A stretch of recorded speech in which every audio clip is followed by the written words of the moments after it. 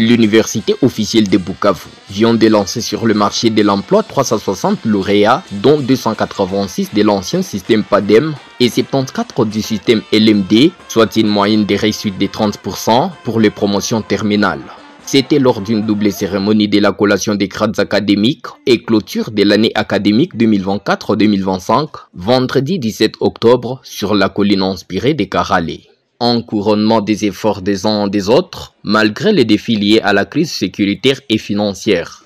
Dans la réjouissance, les lauréats disent être fiers d'avoir acquis le désir d'apprendre et le goût de réussite à l'IOB. Ces bâtisseurs de demain promettent d'honorer leur institution dans le monde professionnel par la pratique des matières apprises au sein de ce qu'ils qualifient de la noble source. Tour à tour, Mpala Sadik Judine et Bémézi Roamia Antoine.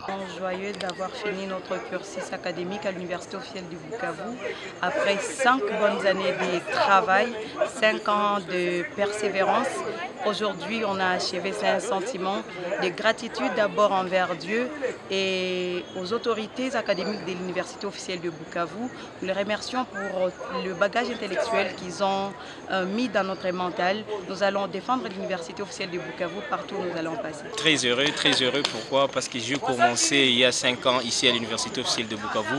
Et voilà, aujourd'hui, le grand jour est arrivé où nous avons fini avec fierté et avec manière. Alors je tiens tout d'abord à remercier tous ceux qui nous ont accompagnés durant notre cursus dans le milieu professionnel que je vais intégrer d'ici là. En tout cas, je serai leur ambassadeur. Devant un parterre d'invités, professeur Arnold Nyaluma, secrétaire général à la recherche, invite ses lauréats à mobiliser les compétences acquises pour créer de l'emploi et contribuer à la prospérité, la paix et la promotion des droits humains en RDC. Prenant la parole, le secrétaire général académique, représentant le recteur empêché, revient sur les performances académiques réalisées malgré les défis sécuritaires au Sud Kivu. Professeur Monenge Moudage Florent indique que l'année qui s'achève a été placée sous les signes de la Renaissance. Néanmoins, il se réjouit du fait que les traces d'un travail acharné et d'une abnégation à la hauteur de l'ambition commune de produire le meilleur et la performance sont visibles. Pour lui, cela explique une forte sollicitation de la formation basée sur la rigueur et la compétence. Oui, cette année,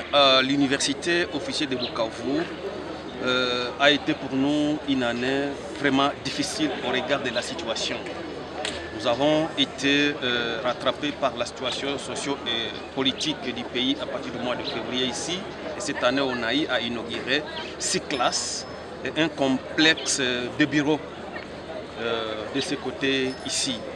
Nous avons mis sur place des nouveaux laboratoires, la filière de gaz et pétrole, la filière de génie minier et la filière de génie civil. Alors ces 3 filières viennent d'être dotées de laboratoires modernes. Aux parents, c'est de nous envoyer leurs enfants.